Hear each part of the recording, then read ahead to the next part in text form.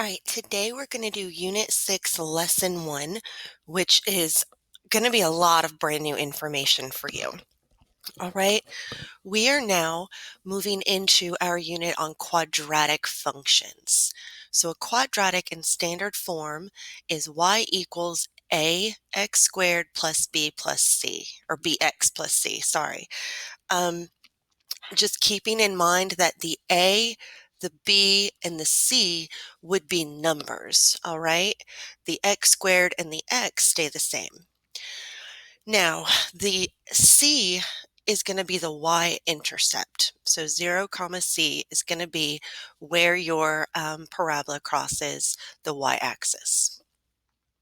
When we graph a quadratic function or equation, the shape that we see is a U-curved shape. It's called a parabola. And so let's look at the two different types of parabolas that we will see. Right here, I just have an x squared, which means that the number in front of this x value is positive.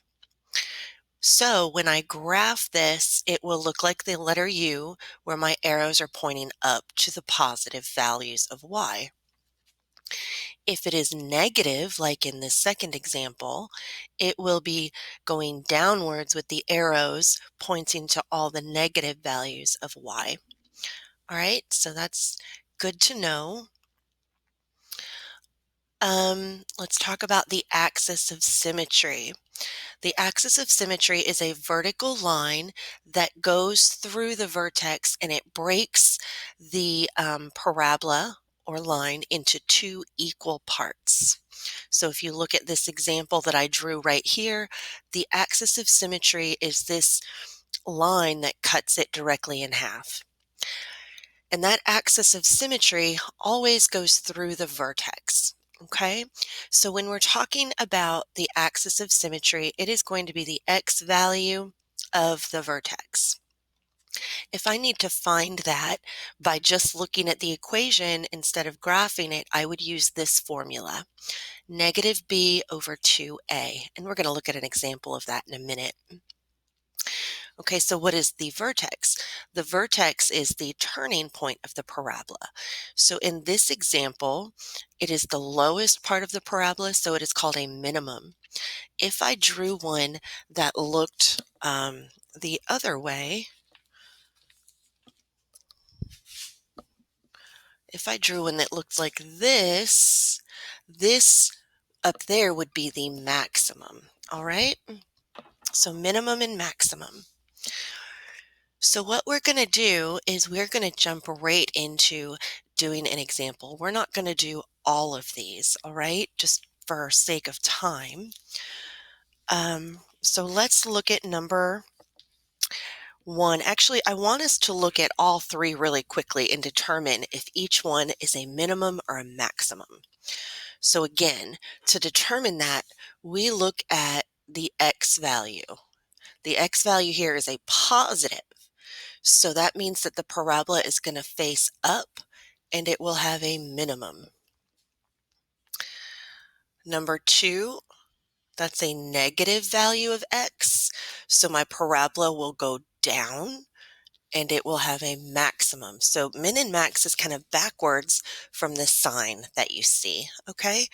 Number 3, this is a positive 3x squared. So that will be a minimum. All right. Now what we're going to do is we're going to identify A and B. So I've already identified A in number 1. It is just x squared. But what's the number in front of that? It is a 1. Okay. Now what is the value of B? This is B right here. That is an 8. So what we're going to do is we're going to plug this into the formula. And we are going to determine what is the axis of symmetry. So to do that, I have x equals negative b, so b is 8,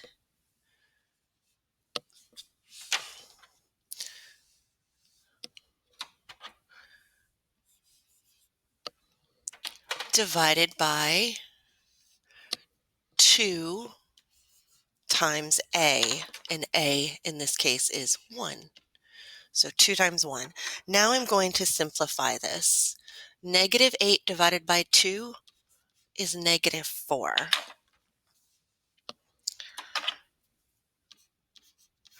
So the axis of symmetry is located at x equals 4.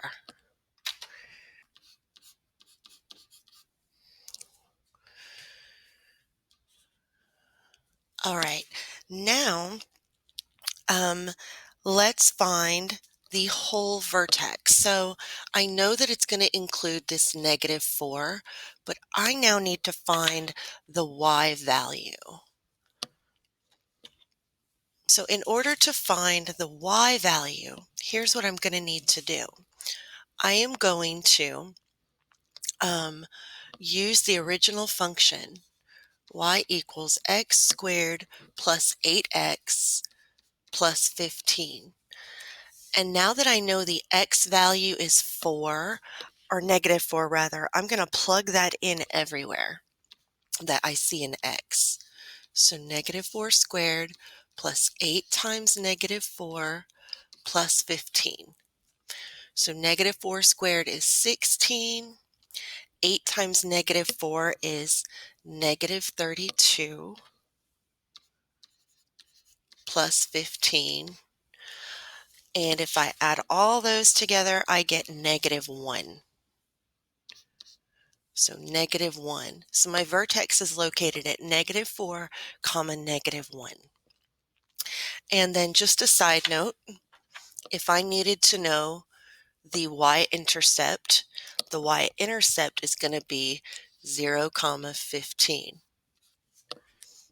Okay, so I have now 2 points to be able to graph this parabola already. Okay, and we're going to use that when we move on to the next part. So let's do example number 2 real quickly, and then we're going to go ahead and move on to the other part of our notes. So number 2, my a equals, in this case it's a negative 1, and my b equals 10. It should be a b. Okay, so I'm going to plug a and b into the formula for axis of symmetry, where I have negative b over 2 times a. So a is a negative 1, b is 10, and now I'm going to simplify this. So I have negative 10 divided by negative 2, which is 5.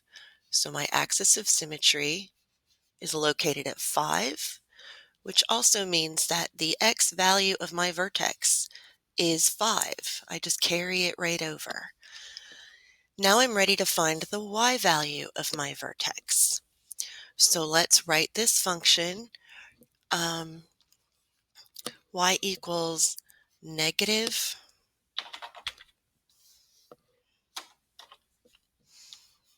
y equals negative x squared plus 10x minus 23. And so I'm going to plug in the 5 everywhere. Okay, so 5 goes here and here. And now I'm ready to simplify. 5 squared is 25. Bring down the negative because it's on the outside of the parenthesis. Plus 5 times 10. And then minus 23. And that's y equals. Okay, and then we're going to go ahead and put all of that together. And I'm going to find that y equals 2. So that is going to go right there, and that's my vertex. Great job. Now let's come over here, and we're going to start sketching our graphs as well. Okay, so this is how we do this by hand. The steps to graph a quadratic equation. First thing that we need to do, just like we did before, is find that axis of symmetry, and then find the vertex. So I plug the X in, and now I have to find the Y. That's the vertex. We've already done those two steps. Now I'm going to add in a new part. We are going to fill in the values of the table and find what I like to call the rainbow. And I have color coded it this way on purpose. Notice that the vertex in the middle is black and there's no other colors that are black. But then going out in both directions, I see blue, and then I see green, and then I see red. That's how the numbers are going to work. But instead of colors, they're going to be the same number on both sides. And we're going to see that in our example. All right. And then we are going to, once we find all the points, then we're going to graph our parabola over here. Okay. So we are going to do examples. Let's do 2 and 3. Let's do examples 2 and 3. And this is completely by hand, okay? Except I am going to cheat and use our calculator just a little bit to help us with the table. So in example number 2, first thing I need to find is my axis of symmetry. So I need to know that A is 1, B is 2. So let's plug that in. X equals negative B divided by 2 times A. And that's going to give me a negative 1. So my axis of symmetry is at negative 1, and the vertex will have a negative 1 there as well. So that was step 1. Now let's do step 2, find the vertex. Okay, so we know the X value, so we have to plug that in to find our Y value. So negative 1 squared plus 2 times negative 1 minus 1. This will be a 1 minus 2 minus 1. Okay, so negative 3 plus 1 is going to give me negative 2. So that's a negative 2, and I have now done step 2. All right. Let's find, well, in our table, I'm going to put the vertex directly in the center box. Negative 1, comma, negative 2. And you can even plot that point on this coordinate plane. Negative 1, negative 2 is right here. Okay. Now, the axis of symmetry, we said it's negative 1. That's going to be this line right here. That's what it means. It's going to cut it in half right there. Okay. Now let's find what is the y-intercept. I've shown you kind of how to do that. The y-intercept is this C value. So that's going to be 0, comma, negative 1. 0, negative 1. That's going to be my y-intercept. So I'm going to plot that. 0, negative 1 is right here. So because the axis of symmetry cuts this into 2 equal parts, I know that the other point is going to be right there, equal on the left side and the right side. So that is negative 2, negative 2, negative 1. All right. And so we can start to find more points if we were to take values of X, let's say 1 and negative 3, if I plug those in to the function, I can get them by hand. It would be like, let's see, 1, I'm going to do some scratch work. 1 squared plus 2 times 1 minus 1 would be 1 plus 2 minus 1, which is 3 minus 1 is 2. So that would be another point, over 1 up 2. Okay, so you could do it that way.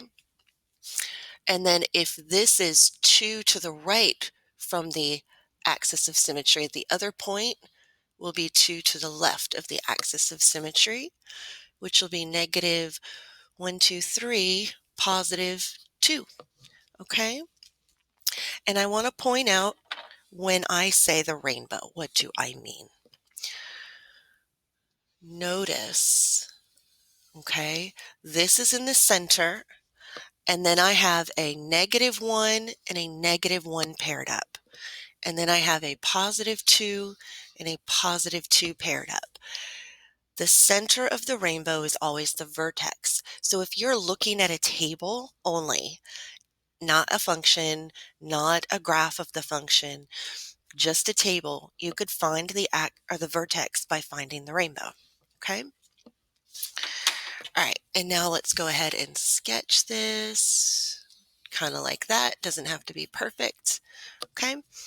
And so now we're going to talk about domain and range. It's going to be really similar to when we were talking about domain and range with our exponential functions.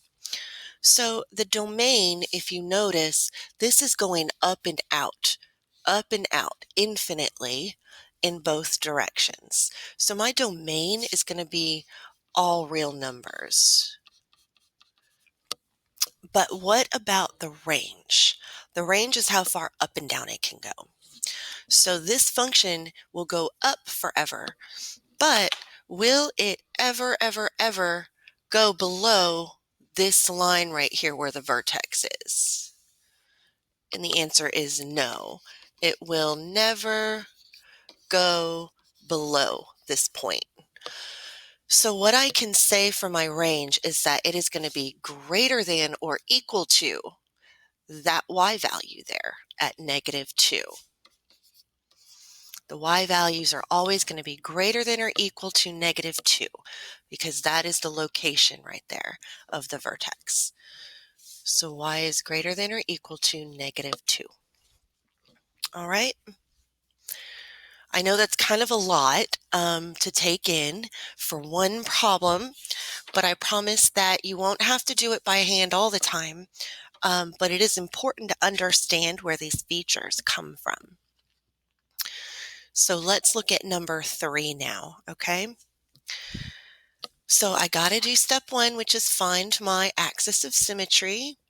Okay, so -a, which is -1, I'm sorry, -b is what that should be. Remember, -b divided by 2a, okay? So negative times -8 over 2 times -1. That's going to give me a +8 divided by -2, which is -4. So I know that in my vertex, the x value is -4. -4 right there. Now I need to find the y value.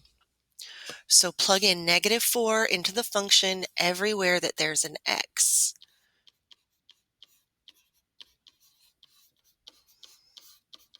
All right, and now we are going to simplify. So -4 squared is 16. Bring down the negative on the outside. 8 times 4 is 32. They're both negative, so it will be positive. Minus 17. Okay, and then I'm going to simplify all this together and I will get -1. So my vertex is -1. Sorry, -4, -1 right here. Okay. My axis of symmetry is right here at x equals -4. Okay. And now my range, well, actually, I want to show you how to find more points that go on this table using your calculators as well. You can do it by hand, but you can, if you have a calculator available, you can also do it this way. I'm going to go to y equals, and I'm going to type this function into y equals. Negative x squared. Where's my square button? I'll just do it this way. Negative x squared minus 8x minus 17. Make sure that I've typed it correctly, and then I'm going to go to second graph. And this is my table. So I'm going to scroll up until I find that -4. Now, if I didn't use the formula to find my vertex, I could still say from looking at this calculator, okay, this is the -4 comma -1. And then I want you to look outside of that. There is this rainbow, -2 and -2. And then you can go even further out and you see -10 and -10. Actually, I'm going to write down the -5s. But the more out you go, it continues to be symmetrical. Okay. And my X values here are just -3, -2, -5, and -6. Okay. So I found the rainbow. And so you can also do that in your graphing calculator. Now I'm going to go ahead and plot these points. So -3, -2, and -5, -2, and then -2, -5, 1, 2, 3, 4, 5 right here. And so the other point will be right here. And notice this time that my parabola has a maximum value right here. The maximum is the location of the vertex. All right. And let's do our domain. So it goes left and right infinitely, all real numbers. And then what about my range? So I see right here, okay, at y equals -1. And does my function go up from that point or down from that point? And the answer is down. So it's going to be less than or equal to -1. That's my range. All right. That is it for today. There is a practice posted for you. Actually, I do want to show you one more thing that should go here, okay, at the bottom of your paper. Let me close down that calculator. Okay, so here is a note for you. The y value of the vertex helps you to find the axis of symmetry. So I plug that in where the x is, that's in red. The y value of the vertex helps you to determine the range. So that is the y value of the vertex, okay? Both parts of the vertex tell you something really important. And then also, a vertex can be both a min or a max, not ever at the same time, but it's going to be one or the other. It's going to face up or it's going to face down, okay? All right, that's it for today. Until next time.